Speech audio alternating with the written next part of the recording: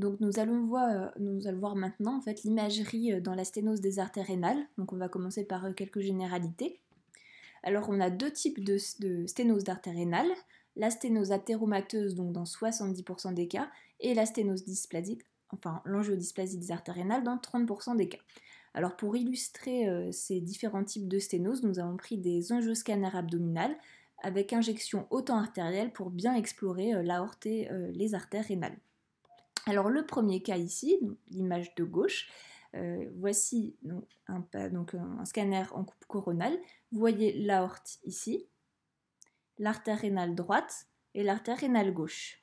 Vous voyez ici au niveau de l'ostium de l'artère rénale gauche, c'est-à-dire au niveau de sa naissance, une hyperdensité spontanée, c'est une densité calcique et il s'agit d'une plaque d'athérome calcifiée qui réduit considérablement le calibre de l'artère rénale au niveau de son ostium. Si vous regardez au niveau de l'artère rénale droite, on a la même chose, une plaque d'athérome calcifiée qui réduit le calibre au niveau de l'ostium, mais de manière asymétrique. Ce sont des sténoses qui sont aussi assez courtes.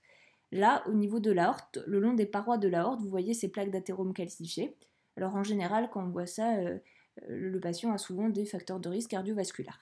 Alors vous imaginez bien que le sang qui circule dans ce sens, il va essayer de pénétrer dans les vaisseaux rénaux, mais il va avoir du mal en raison du calibre vraiment diminué, et ça va être en général à l'origine d'une hypertension artérielle. Le deuxième cas, c'est l'angiodysplasie des artères rénales, le plus souvent chez la femme jeune. Vous voyez ici l'aorte. Alors si vous regardez, vous ne voyez pas toutes ces plaques d'athérome calcifiées sur cette aorte comparativement à l'image de gauche. Donc il s'agit probablement de quelqu'un qui ne présente pas beaucoup de facteurs de risque cardiovasculaire. Alors, vous voyez l'artère rénale droite, ici l'ostium et sa portion proximale qui présente un calibre tout à fait régulier. Il n'y a pas de sténose au niveau de la partie proximale. On suit, et vous voyez qu'ici le calibre est un peu irrégulier avec des zones de dilatation, là, une zone rétrécie, une petite zone de dilatation, et ça réalise un aspect en collier de perles ou en chapelet typique de l'angiodysplasie des artères rénales.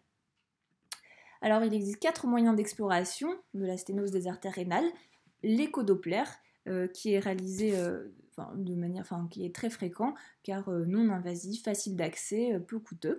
Donc quand il n'est pas très rentable, on va à l'angioscanner des artères rénales, plus ou moins l'angio-IRM si le patient est insuffisant rénal, et la scintigraphie rénale dynamique avec un test au captopril. Alors l'artériographie, je rappelle que de nos jours, elle est réalisée uniquement à but thérapeutique. Alors voici un exemple d'artériographie dans les deux cas. Sur l'image de gauche, un cas de sténose athéromateuse. Alors vous voyez ici l'aorte, opacifée par le produit de contraste iodé.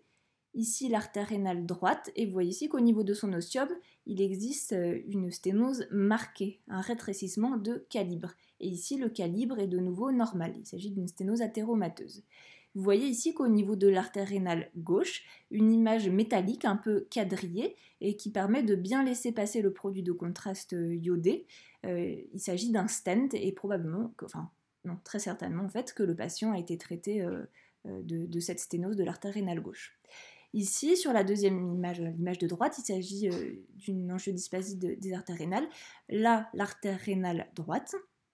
Et vous voyez ici cet aspect de calibre irrégulier avec des zones de dilatation, de rétrécissement, dilatation, rétrécissement, dilatation, rétrécissement avec un calibre ici proximal qui est normal. Cet aspect est typique d'angiodysplasie des artères rénales.